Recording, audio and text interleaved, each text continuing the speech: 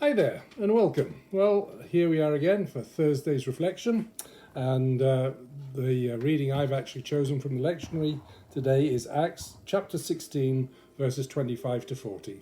So it's Acts chapter 16 verses 25 to 40. So let's have a read and see what it says. About midnight, Paul and Silas were praying and singing hymns to God, and the prisoners were listening to them. Suddenly there was an earthquake, so violent that the foundations of the prison were shaken, and immediately all the doors were open and everyone's chains were unfastened.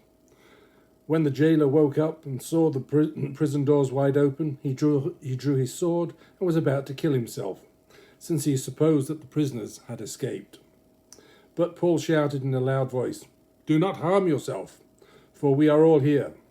The jailer called for lights, and rushing in, he fell down, trembling, before Paul and Silas. Then he brought them outside and said, "Sirs, what must I do to be saved?" They answered, "Believe on the Lord Jesus, and you will be saved, you and your household." They spoke the word of the Lord to him and to all who were in the house. At the same hour of the night, he took them and washed their wounds. Then he and his entire family were baptized without delay.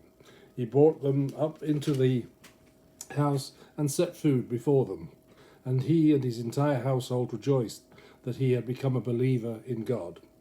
When morning came, the magistrates sent to the police, saying, "Let those men go." And the jailer reported the message to Paul, saying, "The magistrates sent word to let you go.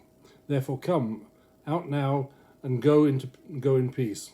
But Paul replied, "They have beaten us in public, uncondemned men who are Roman citizens, and have thrown us into prison. And now are they going to discharge us in secret? Certainly not.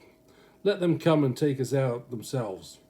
The police reported these words to the magistrates, and they were afraid when they heard that they were Roman citizens.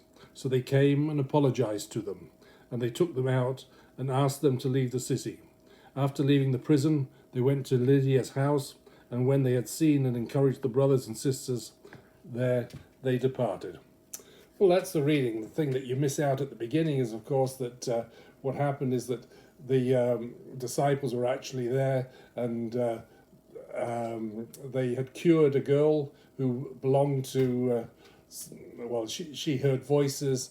So, of course, as a diviner, what would actually happen is that people could make money off her, and they cured her. So, of course, people seeing that they'd lost their livelihood, they were very upset, which is why the disciples were beaten and thrown into prison.